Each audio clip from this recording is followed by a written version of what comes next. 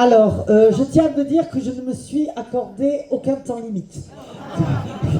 Vous n'avez rien prévu ce soir, hein? Vous n'avez rien prévu de ce soir. Mais je t'autorise à me chronométrer, Christine, pour voir ce que ça donne. Ah, ça me donnerait une petite idée. Allez, pour parler sérieusement, Madame la Présidente de Bordeaux Métropole, Madame la Conseillère Régionale, Madame la Députée, mes chers collègues et élus, Messieurs et dames, les représentants du monde associatif, des commerces, des chefs d'entreprise, tous ceux que j'ai oubliés, autorités civiles et militaires.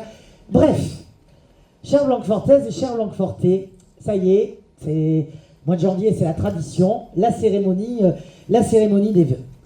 Alors je ne vous cache pas que pour moi, c'est pas un exercice que j'ai toujours trouvé facile, de dire bonne année, bonne santé, etc. Mais je reconnais qu'il y a quand même des années qui sont un petit peu plus difficiles que d'autres pour formuler des vœux, et que celle-là en fait quand même partie.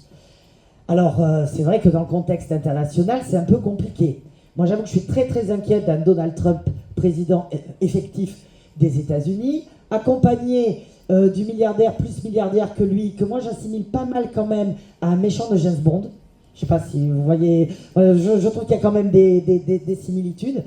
Les catastrophes climatiques que l'on a traversées, je pense bien sûr à Mayotte, je pense à ce qui se passe à Los Angeles.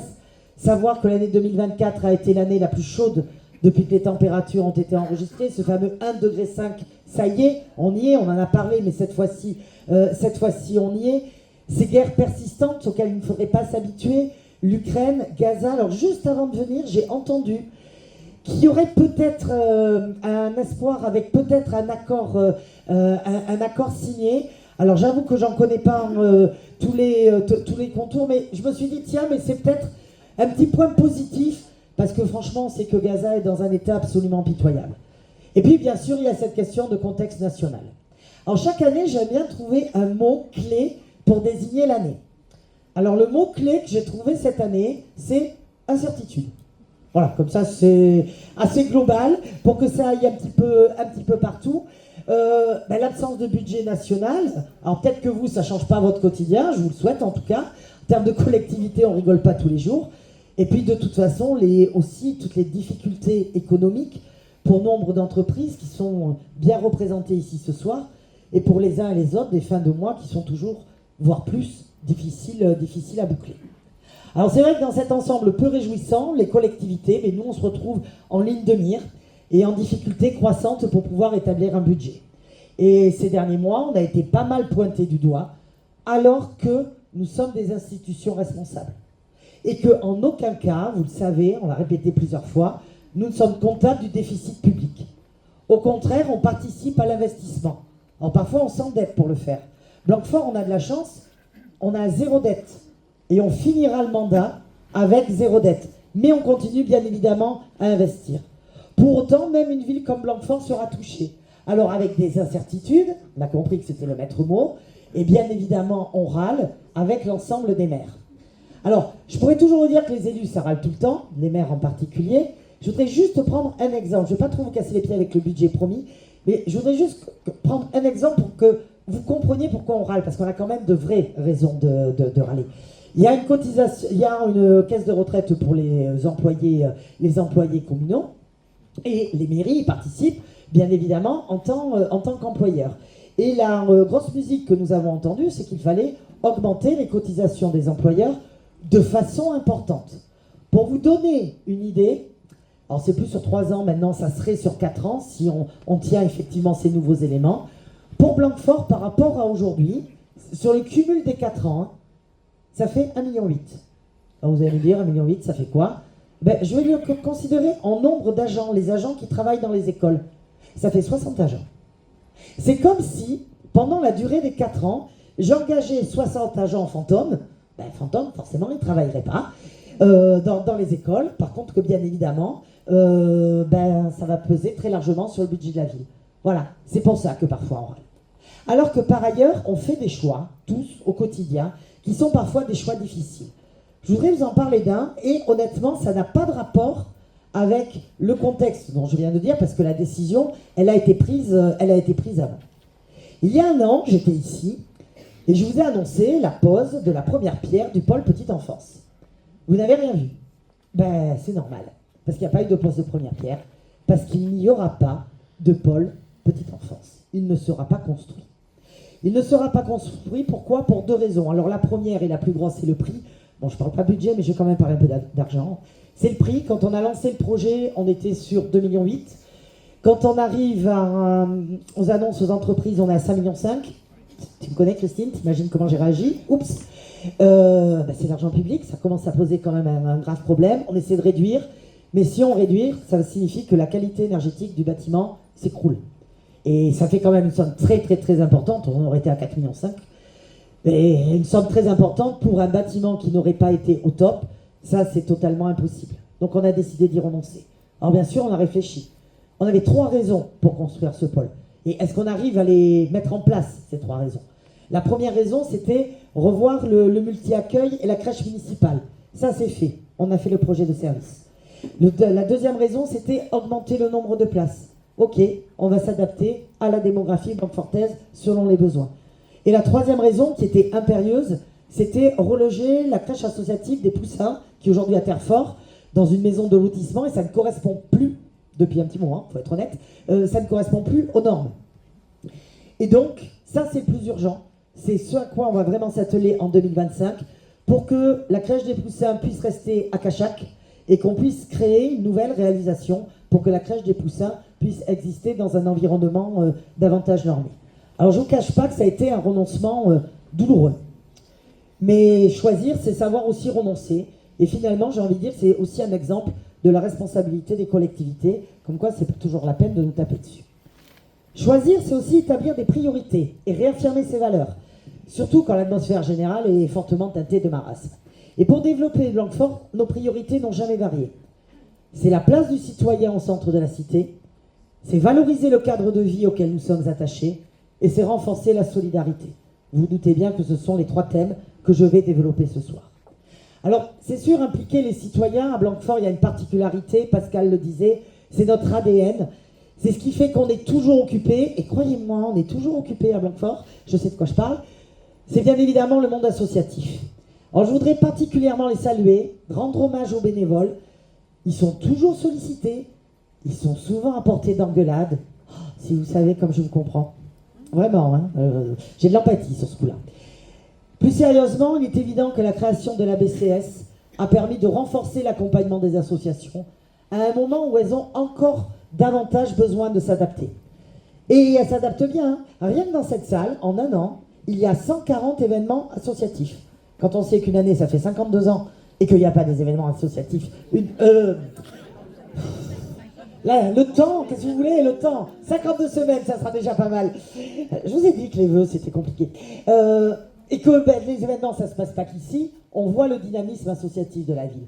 Et la ville, bien évidemment, elle va continuer à soutenir ces associations avec le soutien financier direct, à hauteur de 1,5 million d'euros, et avec tous les autres soutiens, le soutien logistique, la logistique humaine, la logistique matérielle. Et on va même créer un nouveau lieu cette année, en 2025, sur le stade de Miard, un clubhouse qui va être construit cette année pour faire en sorte que le club de foot, mais aussi le rugby, mais aussi le foot gaélique, et oui, on a aussi ça sur Blanquefort, puisse accueillir les enfants à un endroit où, bien évidemment, il y a tout un tas de terrains pour pouvoir les accueillir. Impliquer les partenaires, c'est aussi savoir faire l'évaluation d'une politique publique, c'est important. Alors, après la création du pôle jeunesse, il y a un peu plus d'1 an maintenant, il nous a paru nécessaire de se poser justement sur notre politique jeunesse. Et du coup, nous avons lancé sur l'année scolaire 24-25, donc en fait c'est en cours, un diagnostic jeunesse avec un sociologue qui implique les services de la ville, mais aussi les partenaires associatifs, et les jeunes aussi quand même, qui sont les premiers concernés. Et ce bilan sera tiré en fin d'année. Ça aussi, c'est une implication. Impliquer les citoyens, c'est leur permettre de proposer des projets. Alors c'est en ce moment la 2e édition du budget participatif. Alors pour l'édition de l'année dernière, en 24, vous avez voté pour la plantation d'un verger, l'installation de plaques patrimoniales et la création d'une aire de jeu pour les tout-petits. Alors tous ces projets sont en cours, voire pour certains quasiment terminés. Et là, c'est l'édition 25 qui commence. Tous les projets ont été déposés au mois de février. Vous allez pouvoir voter pour les nouvelles propositions. Alors parmi ces nouvelles Eh ben non, je ne vais pas vous le dire. Parce qu'après tout, vous allez attendre février. Je ne vais pas vous spoiler, comme disent les jeunes. Comme ça, vous regarderez et vous prendrez le temps de faire le choix entre toutes les propositions qui sont faites. Et proposer des projets, ça se passe parfois sur un temps un peu plus long. Les élus locaux en savent quelque chose. Pas vrai, les copains? Et du coup, le Conseil citoyen, qui lui a été mis en place cette année, en 2024, et à ce Conseil citoyen, je leur ai proposé plusieurs choix de thèmes à travailler. Et ils ont choisi de travailler sur la lutte contre les îlots de chaleur. Donc ils ont fait d'abord plusieurs réunions pour s'approprier le sujet. Ensuite, ils ont établi une liste d'endroits prioritaires, si vous voulez. Et du coup, je leur ai proposé de prendre un lieu et de construire, de suivre le projet véritablement de bout en bout. En gros, je leur ai dit, imaginez que vous êtes un élu à qui je délègue le projet, c'est-à-dire vous allez avoir un budget et vous allez devoir le tenir, parce qu'il n'y a pas le choix. Vous allez travailler avec les services, vous allez comprendre les enjeux techniques, les enjeux administratifs, bref, avoir la ténacité et la patience nécessaires, les deux vertus essentielles que je n'arrête pas de vous citer depuis des années. Et c'est donc sur la place Saint-Aon, à Cachac, que porte ce travail. La place Saint-Aon, c'est toute la place minéralisée que nous avons en face de la pharmacie, du bureau de tabac et de la boulangerie. Donc c'est là qu'ils travaillent. Et donc, si jamais vous êtes riverain de cet espace-là, ne soyez pas étonnés s'ils viennent sonner chez vous pour vous consulter cette année. Ça fait partie également du travail engagé. Et comme je parlais de temps un petit peu plus long, je voudrais revenir 2 secondes sur la question de l'abandon du pôle petite enfance. Bon, qui me fait mal, vous l'avez compris, mais le fait qu'on ne le construise pas, ça ne veut pas dire que l'îlot de la Poste ne reste pas un enjeu. Avec le déménagement de la trésorerie, en plus, vous savez qu'il est vide aujourd'hui, l'emprise s'est encore agrandie. Et finalement, ça va être le dernier acte de l'aménagement du centre-ville qui a été entamé il y a plusieurs années. Et ce dernier acte, moi, je ne veux pas être toute seule à en dessiner les contours. Du coup, cette année, je vais vous proposer une large concertation sur le devenir de cet espace. Alors, c'est sûr, il y aura des impondérables, il y en aura 2. On a besoin de logements accessibles, j'en reparlerai. Et on a aussi besoin d'espaces publics, de préférence non bétonnés. Mais une fois qu'on a posé ces 2 points, ben, tout le reste va être à imaginer, tout le reste va être à construire, et c'est ça que nous allons faire ensemble cette année. Je disais tout à l'heure, une ville qui entretient son cadre de vie, ça me faisait quasiment la transition. Ce cadre de vie, on l'a bien sûr entretenu en 2024. Il y a le jury de la 4e fleur qui est passé nous voir et qui a renouvelé sa confiance, donc on a à nouveau la 4e fleur. Et je vous livre ce qu'ils ont conclu. Attendez, je prends les lunettes parce que là je vais lire. Je vous livre ce qu'ils ont conclu. Blanquefort est une charmante commune qui a su faire cohabiter monde rural et modernité. Ben, moi je suis bien d'accord avec eux. Je trouve que ça nous correspond pas mal. Alors c'est vrai que sur le cadre de vie, l'année a été marquée par différentes réalisations, comme, je ne vais pas toutes vous les citer, mais comme la réfection de cours de tennis. Et vous pourrez prochainement aller taper dans la balle, car l'un d'eux sera ouvert à tous. Il faudra juste s'inscrire pour éviter les embouteillages. Mais dans la pratique, donc, ça va être quelque chose de différent. Le travail également sur les colonnes, avec le changement des sièges de la grande salle. Vous savez, ça avait pris 1 an de retard à cause d'une liquidation d'entreprise, quand je vous dis qu'il faut être patient et tenace, mais ça y est, maintenant c'est fait. Et puis ça a été la première année de la piscine de Fontgravé. Il y a 1 an, elle venait juste d'ouvrir. Alors quelques chiffres quand même, au bout d'1 an, qu'on fasse un premier bilan. Donc elle est ouverte 7 jours sur 7, sauf en période de vidange à fin d'année. Elle est, en plus des associations, des scolaires, etc., c'est 40 heures par semaine d'ouverture au public. Et vous vous rappelez, j'avais dit qu'on avait testé des horaires décalés, notamment le matin, d'ouvrir de matin à 7h30 pour voir si ça rencontrait le public. Bon, mais test réussi, ça rencontrait son public, donc on garde. 2500 scolaires ont bénéficié de cours de natation cette année. Et en nombre d'entrées publiques, donc en plus de tout ça, 38 000 entrées publiques. Pour vous donner une comparaison, l'ancienne piscine de l'Arénée, on était à 19 000. Et je salue quand même l'ancienne piscine de l'Arénée qu'on a beaucoup aimée. Et en plus de tout ça, je n'oublie pas bien évidemment les associations sportives qui l'occupent très régulièrement et qui ont su créer des événements à sa mesure. Donc ça a rencontré son public vraiment sans aucune difficulté. Alors pour 2025, on a des réalisations qui sont à venir et des réalisations à travailler. Alors voilà, il va y avoir 2 choses. Alors, à venir d'abord. Ça tombe bien, c'est aujourd'hui, et je vous jure que c'est pas fait exprès. Non, vraiment pas. La piste cyclable le long de l'avenue du 11 novembre. Alors, je vais vous passer les difficultés pour y parvenir, sinon vous êtes encore là à minuit. Mais sérieusement, je ne vous cache pas quand même que début septembre, sur ce sujet, je faisais vraiment pas la fière. Parce que j'étais vraiment pas sûr qu'on aille au bout. Mais en fait, 4 ans plus tard, 3 études faites, Bordeaux Métropole a obtenu l'autorisation environnementale pour réaliser ce petit kilomètre qui permet de relier les pistes déjà existantes. Alors je voudrais vraiment remercier Christine pour sa ténacité, remercier Pascal, parce que je l'ai interpellé en tant que député pour apporter son soutien et elle a fait. Et donc effectivement, les travaux commencent aujourd'hui. Aujourd'hui, c'est le début de l'installation du chantier. Donc c'est cette autoroute à vélo qui va pour nous donc relier les pistes de Parempire à Blanquefort et l'autoroute à vélo, ce qu'on appelle le REV numéro 3, qui ira donc de Parempire jusqu'à Bordeaux. Ben alors forcément, les travaux, ça ne se fait pas non plus sans douleur. Ah, ça se saurait. Donc comme je vous l'avais annoncé, il y a un sens unique qui est mis en place. Ça veut dire qu'on ne peut pas remonter vers Parempire. On peut faire que le sens nord-sud. Donc il faut prendre la déviation pour remonter vers Parempire.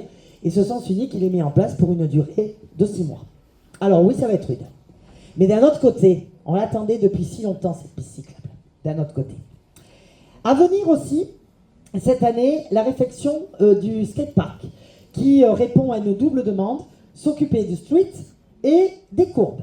Alors, pour les non-spécialistes, parce que je ne suis pas sûr que vous soyez tous spécialistes dans la salle, pour être plus clair, il s'agit d'offrir aux utilisateurs la possibilité d'une pratique polyvalente, alors de l'amateur jusqu'à la personne qui est assez experte, sans oublier les plus jeunes, pour le skateboard, la trottinette, le roller et le BMX. Donc ça en réalisation cette année. Nous avons beaucoup de bâtiments communaux, parfois on dit beaucoup trop. Il faut bien sûr les entretenir en étant notamment attentifs à leur consommation énergétique. Alors pour ceux qui savent ce qu'est le décret tertiaire, très bien. Pour ceux qui ne savent pas, pour faire simple, c'est la nécessité de baisser la consommation énergétique des bâtiments selon un certain pourcentage. Voilà, en gros c'est ça. Cette année, nous allons commencer directement par les centres de loisirs pour l'application de ce décret tertiaire. Enfin, dans les gros travaux à venir, mais j'ai fait du tri, je vous promets, des travaux importants à Majolan, avec notamment la réfection de la passerelle de l'Aulnay, qui avait dû être fermée, tout simplement parce qu'on avait plein de différences de niveau d'eau et que ça avait complètement déstabilisé les bases. Du coup, ça devenait quelque chose de dangereux. Donc ça va être fait cette année. Et l'exemple de Majolan, c'est un très bon exemple pour parler justement d'un projet long, puisqu'en plus de cela, dans les éléments à travailler, il y a bien sûr la question de la réfection des grottes. Alors pourquoi ça prend du temps ? Parce que, en fait, c'est un savoir-faire qui est si particulier qu'on ne peut pas le traiter comme n'importe quelle réflexion. Il faut au préalable faire des tests pour voir quel type de travaux et avec quelle entreprise spécialisée. C'est presque Notre-Dame, enfin, pas tout à fait, mais pas loin. Et du coup, comment est-ce qu'on s'y prend pour pouvoir rouvrir ces grottes ? Parfois, travailler une réalisation, c'est aussi anticiper le moment où elle se fera. J'en prends pour preuve les travaux sur l'avenue du Général de Gaulle. Alors non, les travaux sur l'avenue du Général de Gaulle à Cachac, ça ne se fera pas cette année. Ils sont bien prévus pour 2026, comme on l'avait annoncé à la réunion publique en décembre dernier. Mais par contre, ce qu'on doit faire en 2025, en plus de finaliser les études, les aspects techniques, etc., il faut qu'on anticipe les conditions de circulation au moment où il y aura les travaux. Alors, les conditions de circulation, dans le coin, il ne faut pas être grand clair pour se dire qu'il n'y a pas beaucoup de routes qui peuvent être utilisées. Je veux dire, à part la rue de Pébois, je ne vais pas vous en trouver d'autres d'ici là. Et du coup, ma demande auprès des services métropolitains, et ils en sont tout à fait conscients, c'est de s'assurer que cette rue pourra absorber davantage de circulation et de faire les travaux nécessaires si jamais ils se rendent compte que ce n'est pas le cas. Et puis, pour le moment, quand on travaille les projets, on va faire plusieurs hypothèses.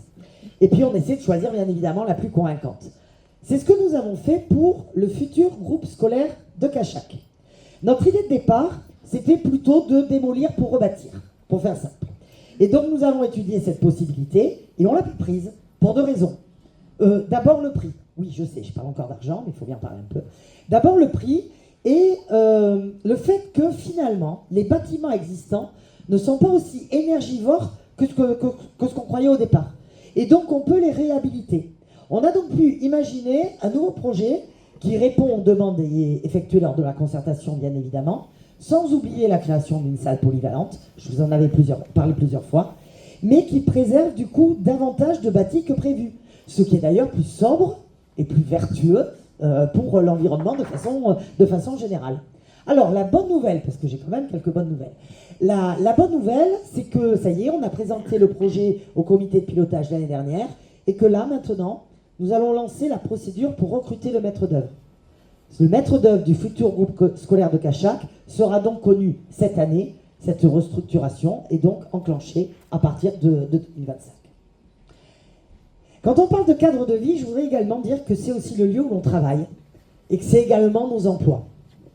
Je voudrais faire un salut particulier pour le monde de l'entreprise qui est là ce soir et qui se bat tous les jours. On a bien conscience que la conjoncture est difficile.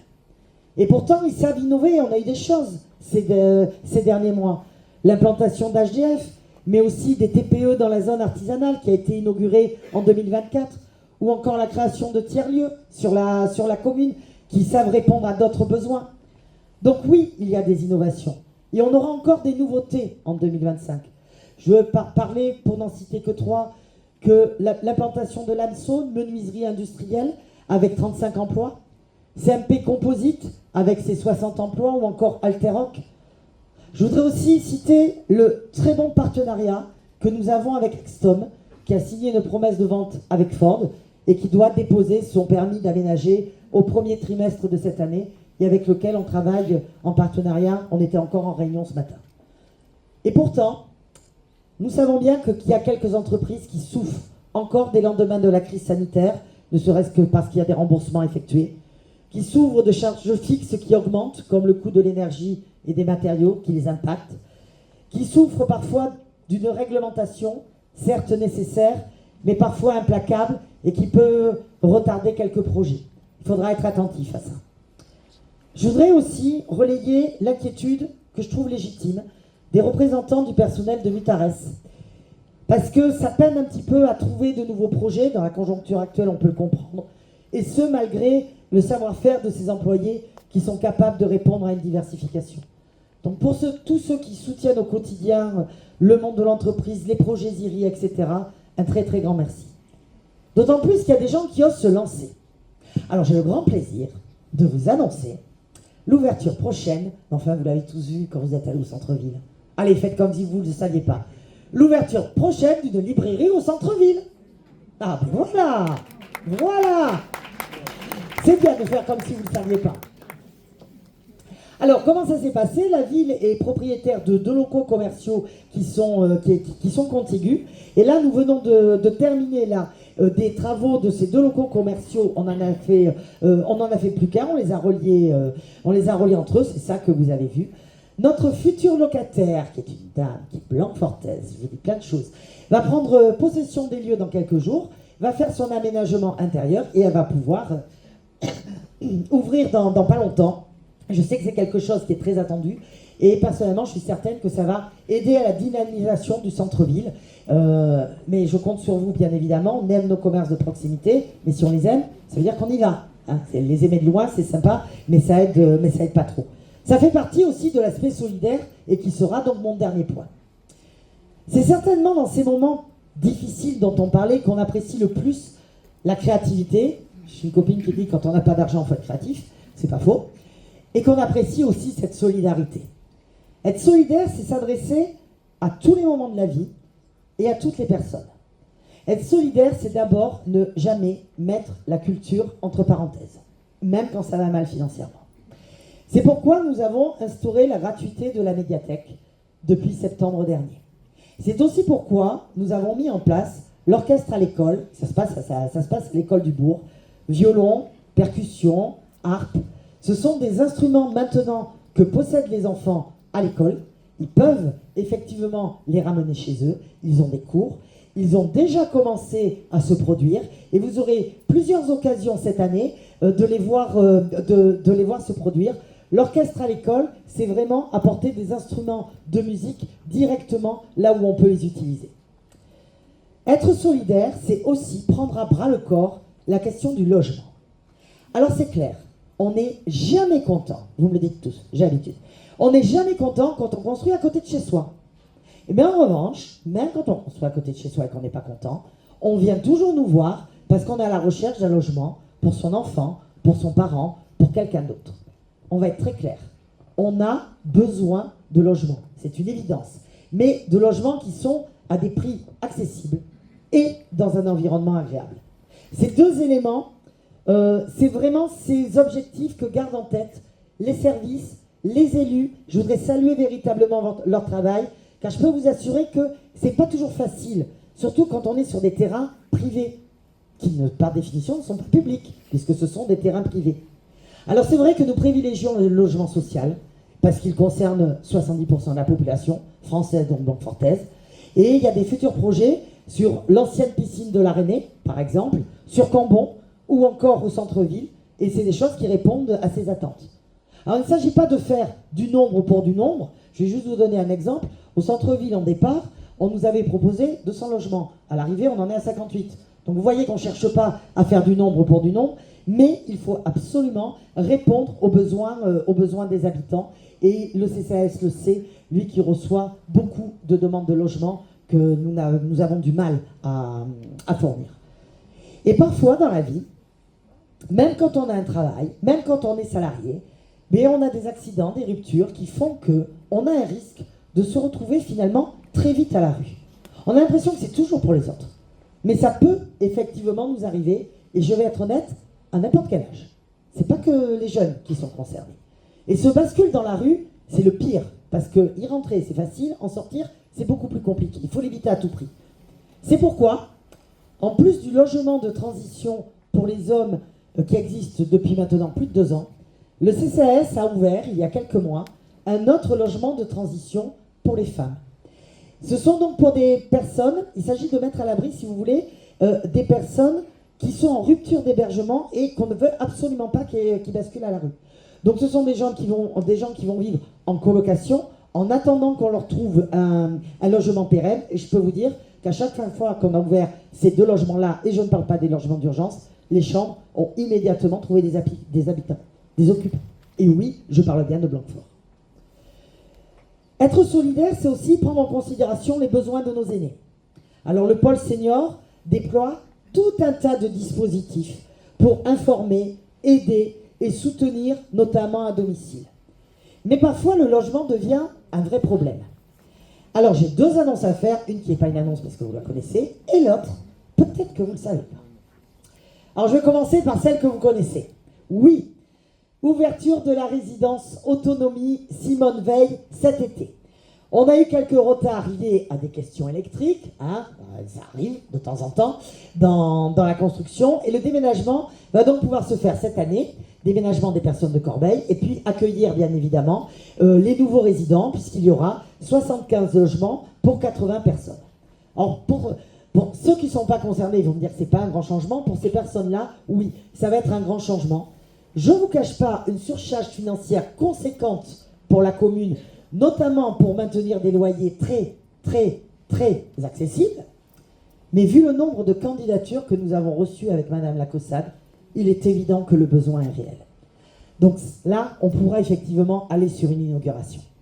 Et puis j'ai une autre bonne nouvelle, à laquelle j'avoue, je ne croyais plus. Alors là, c'était même en novembre-décembre que je faisais pas la fière. Donc c'est vraiment tout récent. Vous connaissez le Verger des Coteaux, la maison de retraite, qui est gérée par la Fondation Bocquet.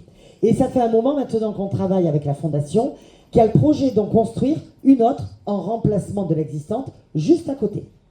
Sur le terrain juste à côté. En construire une autre pour faire quoi? Pour doubler le nombre de lits, passer de 40 à 80 lits, tous habilités à l'aide sociale, c'est ça dont on a vraiment besoin, et y inclure une unité Alzheimer qu'on n'a pas jusqu'à présent. Et ça aussi, c'est une difficulté. Alors, en fait, le projet, il est un peu vieux. Je ne vous en ai pas parlé parce que, maintenant, je fais gaffe avec l'argent. Le permis est purgé depuis longtemps, maintenant. Le permis est purgé depuis longtemps. Et puis, il s'est passé 1 an où il ne s'est rien passé parce qu'on avait un problème de financement. Le financement n'était pas bouclé. Et j'avoue que début décembre, j'étais très, très, très inquiète. Et j'ai eu un cadeau de Noël. Quelques jours avant Noël, ils nous ont appelés. Ça y est, le financement est bouclé. Je voudrais remercier les partenaires, le département, l'ARS, et du coup, les travaux de cette nouvelle maison de retraite vont pouvoir commencer cette année. On aura l'occasion d'en reparler. Peut-être pour finir, puisque quand on se dit bonne année, vous savez tout ce qu'on se dit. Bonne année, bonne santé. Voilà. Et bien, être solidaire, c'est aussi prendre en compte la question de la santé. C'est vrai que c'est un vrai problème pour avoir un rendez-vous avec un médecin, ne serait-ce que pour avoir parfois un médecin traitant, à Blanquefort comme ailleurs. Nous avons aujourd'hui 6 médecins généralistes sur la commune, ils étaient 12 il y a 10 ans. Forcément, ça pose problème. Du coup, cette année, il va y avoir l'ouverture d'un centre de santé pour aider, non pas à tout pallier parce qu'on ne va pas y arriver, mais aider à remédier à ce problème. Je ne vous cache pas qu'au départ, je n'étais pas forcément favorable à ce type de solution pour un problème de compétences. La médecine libérale et une commune, ben, c'est deux choses qui normalement sont tout à fait différentes. Et puis comme quand on gère une commune, il vaut mieux être pratique qu'être idéologue, ben, l'aspect pratique m'a forcément rattrapé. Quand beaucoup de gens m'ont dit « Madame Levert, je n'arrive plus à avoir un médecin traitant ». Du coup, on s'est rapproché de Saint-Médard parce que Saint-Médard a mis en place un centre de santé et on va conventionner avec Saint-Médard. Je crois savoir d'ailleurs que nos voisins immédiats ont exactement la même démarche. Donc l'idée, on est à Cachac, toujours à côté de la fameuse place dont je vous parlais tout à l'heure, dans les anciens locaux de la mission locale. On va y faire des travaux pour faire en sorte de pouvoir y accueillir 3 cabinets. Et l'idée, c'est qu'on conventionne avec Saint-Médard de manière à ce qu'il y ait des praticiens, qu'on cherche des médecins généralistes qui seront des salariés du centre de santé. Voilà, c'est comme ça que cela va se passer. Attention, c'est pas un cabinet médical classique comme vous avez l'habitude, avec des horaires totalement énormes. Il y aura des ouvertures qui vont dépendre des conditions de l'ARS. On a bien conscience que ça ne va pas résoudre tous les problèmes, mais je pense que quand même, ça va permettre de les atténuer. Bon, vous voyez qu'en fait, les projets, ça manque pas. Les projets, ça manque pas. Mais en fait, on a quand même un enjeu qui est permanent, et alors dans le futur, ça va être encore pire. C'est tout ce qui ne se voit pas, et qui finalement est le plus important. C'est-à-dire maintenir le niveau de service public que nous avons à Blanquefort. Et j'ose le dire, j'en suis fier, ce niveau de service public, il est élevé. Notre tarification municipale. On a des problèmes d'argent. Ici, on peut apprendre à jouer d'un instrument pour 37 € par an. C'est ça, une tarification accessible. L'amplitude horaire pour l'accueil des enfants en semaine, de 7h à 19h. La carte max, la carte jeune. Des repas à Corbeil pour nos seniors pour moins de 4 € pour ceux qui sont en difficulté. La diversité de pratiques sportives et culturelles. Le cinéma de proximité. La scène nationale. Pallier par moment aux déficiences de l'État en développant la vidéoprotection, etc., etc., etc. Vous voyez, tous ces petits éléments-là qui font notre quotidien et qui n'impliquent pas de ruban à couper.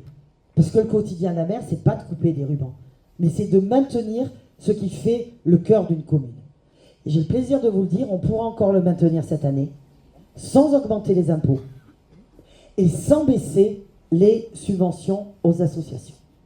On va essayer de le tenir le plus longtemps, parce que c'est ça qui est véritablement important. Alors pour conclure, dans le contexte morose un petit peu dont je parlais, voyez tout ce que je viens de dire, les projets, mais peut-être cette fin sur laquelle je suis allé vite, mais ce quotidien-là, c'est ça qui nous tient debout. Moi, c'est ça qui me tient encore debout. Bon, finalement, c'était pas si difficile que ça, présenter mes vœux. Alors, je vous cache pas qu'être maire, c'est pas si simple tous les jours. Hein. J'en parle souvent à plusieurs d'entre vous, comme ça, quand je croise.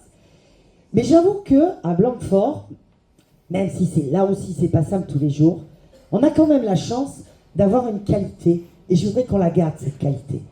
On a la chance d'avoir encore de la bienveillance. Et cette bienveillance, je la ressens très souvent. C'est ça qui permet de continuer à avoir des projets et à soutenir le quotidien. Et je voudrais vraiment vous remercier des retours que vous nous faites à tous au quotidien en termes de bienveillance. Et c'est pour cela que je solliciterai à nouveau vos suffrages l'année prochaine pour pouvoir continuer cette bienveillance. Je vous souhaite